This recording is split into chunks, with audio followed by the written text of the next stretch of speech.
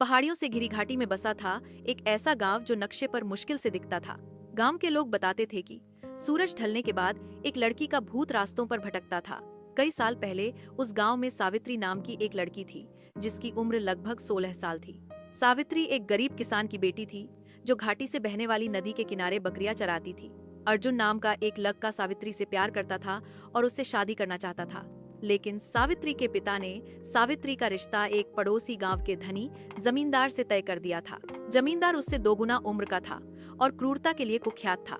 अर्जुन सावित्री के साथ भागकर शादी करना चाहता था, लेकिन सावित्री झिझक रही थी। सावित्री के पिता का गुस्सा बेकाबू हो गया जब सावित्री ने शादी के लिए मना कर दिया।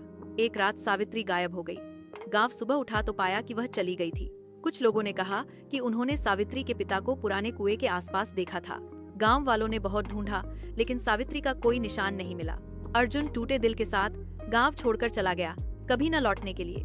लेकिन कुछ दिनों बाद किसानों ने अंधेरे में एक सफेद आकृति को भटकते देखा। उसके लंबे बाल धुएं की तरह लहराते थे। बच्चों ने दावा किया कि उन्होंने उसे नदी के पास देखा। उसका चेहरा आधा छिपा हुआ और उसकी आंखें खोखली थी। बुजुर्गों ने उसे चुड़ैल कहा और चेतावनी दी कि अंधेरे के बाद उसका नाम न लिया जाए। गांव के पुजारी ने उसे शांत करने के लिए अनुष्ठान किए, लेकिन वह साया लोगों को दिखता रहा। मीरा जो एक छात्रा थी, शहर से गांव आई थी भूतों के बारे में जानकारी इकट्ठा करने।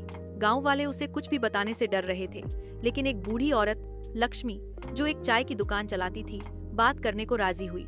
लक्ष्मी ने मीरा को सावित्री की कहानी सुनाई। जब सावित्री गायब हुई, उसके पिता ने बोलना बंद कर दिया था और 1 साल के भीतर ही उसकी मौत हो गई। लक्ष्मी ने मीरा को सलाह दी, उसे ढूंढने मत जाओ बेटी, उसे देखा जाना पसंद नहीं है। लेकिन मीरा ने लक्ष्मी की बात नहीं मानी। उसे पता चला कि गांव के पास एक पुराना कुआं है जहां आखिरी बार सावित्री को देखा गया था। गांव वाले वहां जाने से डरते थे और कहते थे कि वहां की हवा भारी थी, जैसे पृथ्वी सांस रोक रही हो। मीरा ने सूरज ढलने पर अपने टॉर्च के साथ कुएं पर जाने की योजना बनाई। जैसे ही सूरज पहाड़ियों के नीचे डूबा, मीरा निकल पड़ी। मीरा कुएं तक पहुंची, जिसका किनारा अंधेरे में डूबा था। जैसे ही वह कुएं के ऊपर झुकी, एक ठंडक उसमें दौड़ गई। पानी स्थिर था, कुछ भी प्रतिबिंबित नहीं कर रहा था। फिर एक आवाज आई, तुम यहाँ क्यों आई हो? मीरा ने पीछे मुड़कर देखा, लेकिन वहाँ कोई नहीं था। उसका दिल जोर से धड़क रहा था। उसकी आवाज कांप रही थी। उसने पुकारा, हेलो, कौन है वहाँ? कोई जवाब नहीं मिला। अब जंगल और गहरा हो गया। हवा एक दबावपूर्ण वजन के साथ भारी हो गई। मीरा की सांस रुक गई जब उसने फिर वही आवाज सुनी। आवाज कुएं से आ रही थी। उसने कुएं की गहराई में झांका। पानी लहराया, हालांकि कोई हवा नहीं थी। उसने एक हल्का मगर स्पष्ट प्रतिबिंब देखा। एक सफेद कुर्ती में एक लड़की, उसका चेहरा पीला, उसकी आंखें काली गहरी थी जो रोशनी को निगल रही थी। मीरा डरकर पीछे हटी। उसका टॉर्च उसके हाथों से फिसल गया। मीरा भागी। कांटे उसके कपड़ों को चीर रहे थे। उसकी नब्ज उसके कानों में तेज ड्रम की तरह बज रही थी। वह तब तक नहीं रुकी जब तक वह लक्ष्मी की दुकान के पास नहीं पहुंची। बूढ़ी औरत बिना आश्चर्य के उसे अंदर ले गई और उसके लिए चाय बनाई। लक्ष्मी ने पूछा, तुमने उसे देखा है ना? उसकी आवाज में भारीपन था। मीरा ने सिर हिलाया। लक्ष्मी ने कहा, जब सावित्री ने शादी से मना किया तो उसके पिता ने उसे कुएं में फेंक दिया। गांव जानता है, लेकिन कोई बोलता नहीं। मीरा कई दिनों तक गांव में रुकी, सच को जोड़ती रही। गांव की पुरानी फाइलों में सावित्री के गायब होने की कोई जांच नहीं दिखी।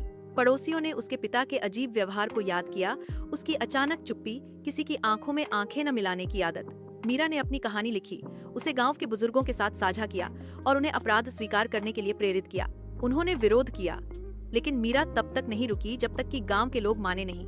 एक रात गांव ने कुएं के पास एक अनुष्ठान किया। पुजारी ने मंत्र पढ़े, बुजुर्गों ने अगरबत्ती जलाई और पहली बार उन्होंने सावित्री का नाम ऊंचे स्वर में लिया। उसके पिता के पाप को स्वीकार किया। हवा हल्की हो गई, दबावपूर्ण वजन हट गया। मीरा दूर से देख रही थी। उसे लगा कि उसने जंगल में एक सफेद चमक देखी जो धुंध में गायब हो गई। उसके बाद सावित्री को दोबारा किसी ने नहीं देखा। हालांकि कुआं अछूता रहा, सावित्री की स्मृति का एक मूक स्मारक बनकर।